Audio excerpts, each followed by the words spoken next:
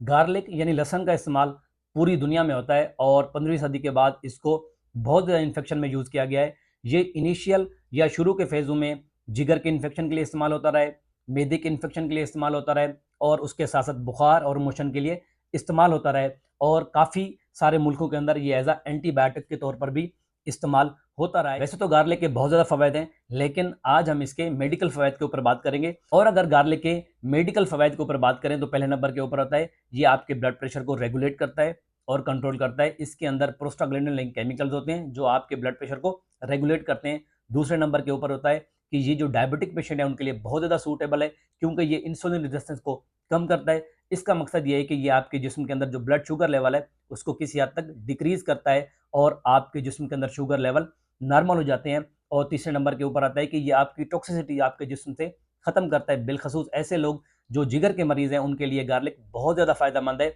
और चौथे नंबर के ऊपर है कि ये as a antimicrobial effect होता है। इसका मकसद ये है कि अगर आपके जिस्म में कहीं इन्फेक्शन है, आपकी आंतों में, आपके ब्लड में, ये उसको मारता है और जर्म्स का खात्मा करता है। और पांचवें नंबर के ऊपर है कि अगर आप इसको तेल के साथ इस्तेमाल करें, अगर आप इसको तेल के साथ बॉयल करके अपने जिस्म के ऊपर लगाएं तो ये एज अ एंटी इन्फ्लामेटरी काम करता है और आपके जिस्म में अगर जॉइंट्स में कहीं दर्द है तो ये दर्द को हमेशा के लिए खत्म कर देता है। बहुत सारे लोगों के ये सवाल होते हैं कि हम गार्लिक यानी लहसुन को किस फॉर्म में ले सकते हैं। तो अगर बात की जाए, सबसे पहले ये है कि आप गार्लिक को रॉ फॉर्म में ले सकते हैं। इसका मकसद ये होता है इसकी 2 या 3 कलियां आप कच्ची चबा के खा सकते हैं। दूसरे नंबर के ऊपर होता है आप अपने घर में जो खाना बनता है, सब्जियां बनती हैं, गोश्त बनता है, पुलाव बनता है, उसके अंदर इस्तेमाल कर सकते हैं। तीसरे नंबर के ऊपर होता है कि आप इसको एज अ पाउडर टॉपिंग के लिए इस्तेमाल कर सकते हैं। और चौथे नंबर के ऊपर आता है कि गार्लिक ब्रेड आजकल दुनिया भर में मशहूर है, तो गार्लिक ब्रेड के तौर पर अगर आप उसको लेंगे तो गार्लिक ब्रेड के अंदर गार्लिक बहुत हद तक होती है, तो ये आपको ब्रेड की शक्ल में भी आप इसको ले सकते हैं। और कुछ लोगों का ये सवाल होता है कि हम इसको 24 घंटे में कितना लें।